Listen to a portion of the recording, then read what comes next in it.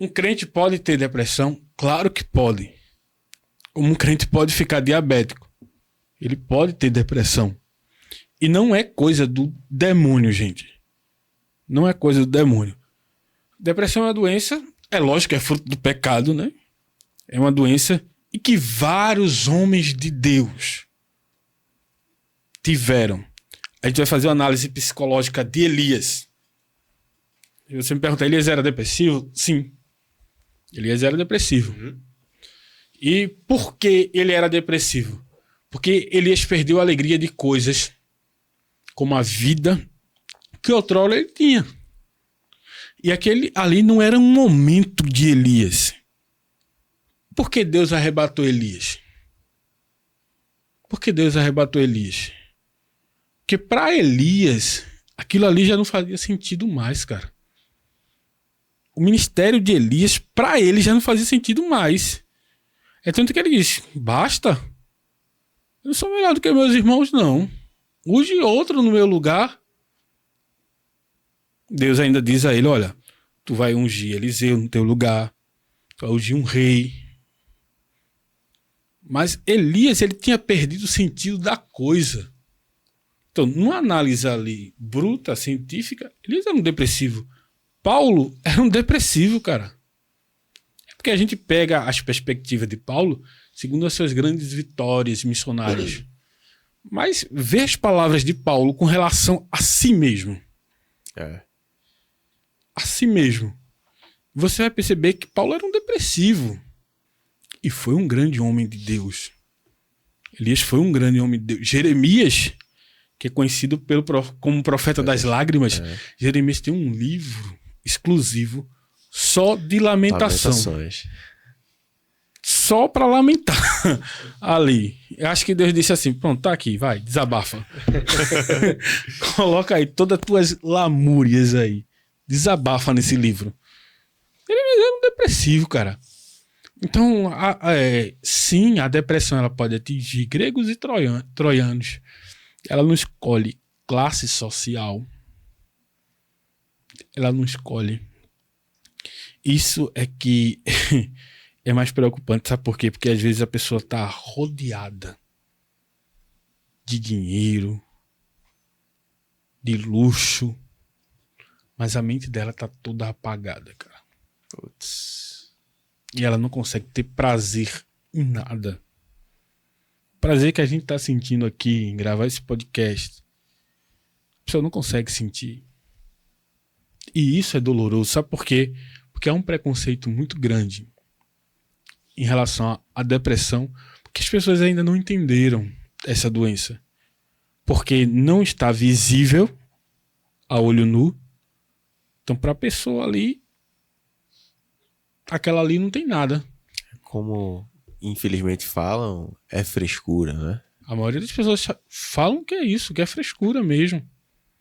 Cara, tua mente tá toda apagada, tu não sente prazer em nada. A dosagem de dopamina que a gente sente, o depressivo não consegue sentir. Sabe? Então, para ela, as angústias, se não for tratada, só vai amplificando. Ao ponto de ela sentir dores, e que ela preferir acabar a vida ao invés de sentir aquela dor. Aí tem uma frase muito famosa de Augusto Cury, que ele diz que o depressivo ele não quer tirar a própria vida. Ele quer aplacar a dor que está sentindo. E essa é a realidade. E a gente precisa, como igreja, abraçar essas pessoas, entender essas pessoas. A pessoa deixou de ir para um culto porque ela é depressiva. Cara, a gente precisa tratar essa pessoa. Mas não tratar através de um viés religioso, espiritual. Eu acredito que Deus cura o depressivo. Deus cura, cara. Mas deixa eu dar um dado aqui. Tá certo, gente? E esse dado é muito importante. Para vocês, onde é que acontece os maiores milagres? Tanto em quantidade Como assim, em coisa sobrenatural? Na igreja ou em hospitais? De experiência que a gente já escutou, hospitais acontecem muito mais. Muito mais, cara. Isso é científico, cara.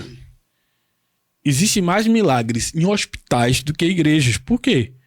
Aquelas pessoas estão procurando ajuda.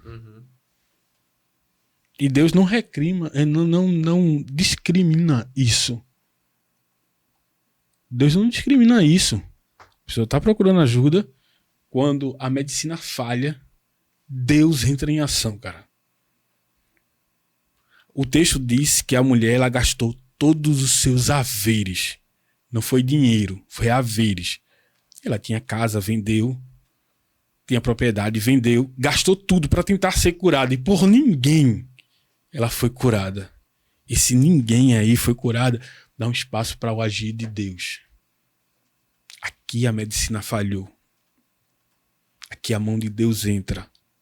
Mas tu tem que procurar o médico. Tu tem que procurar ajuda. O que acontece? Eu vi pessoas entrando dentro de casa, naquelas visitas aos lares, de pessoas que estavam detidas. Sim. E era um caso de uma pessoa que estava depressiva. Você percebia. A pessoa não tinha nem ânimo para arrumar a casa. A casa estava toda bagunçada, cara. Desorganizada. A desorganização mental que ela tinha foi transferida para a casa dela. Eu acredito que se a gente fizesse ali uma análise da mente dela, estaria como a casa dela estava. Desorganizada. E a pessoa orar para que o espírito maligno saísse. Entendeu? Então, existe isso. Esse preconceito de achar que todo depressivo tá com demônio. E eu tenho que orar para esse demônio sair. Não, cara. Essa pessoa tem que procurar um psicólogo. Boa. Tem que procurar um psicólogo. O pastor vai orar? Vai. Mas ele vai orar em consonância à ajuda de um profissional. Porque, infelizmente, um pastor que não é psicólogo, ele não é habilitado a ajudar um depressivo. Uma pessoa com transtorno de ansiedade. Ele vai dar uma palavra, mas que a orientação dele seja corroborada por um profissional da área, que conhece a doença, que sabe os caminhos para poder sanar essa doença. Então, depressão não é coisa de demônio, gente. Não é coisa de demônio. E sim, crente pode ter depressão, sim.